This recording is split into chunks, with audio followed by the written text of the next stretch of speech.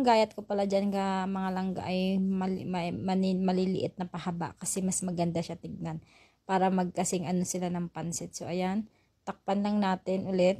So much later that the old narrator got tired of waiting and they had to hire a new one. Tomorrow for sure.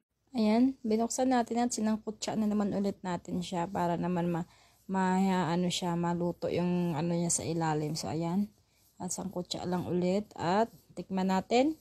Sarap. At yan na nga mga palangga, inilagay na rin pala natin yung ating kanton para maisabay na natin doon sa repolyo para hindi rin siya malanta yung repolyo. So isinasabay ko na yan siya. Ayan.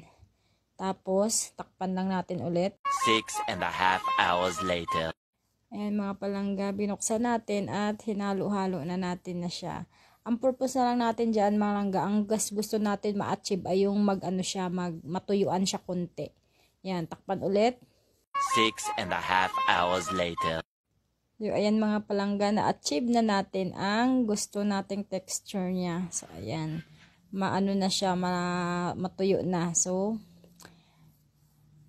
pwedeng-pwede na tayong kumain. Let's go!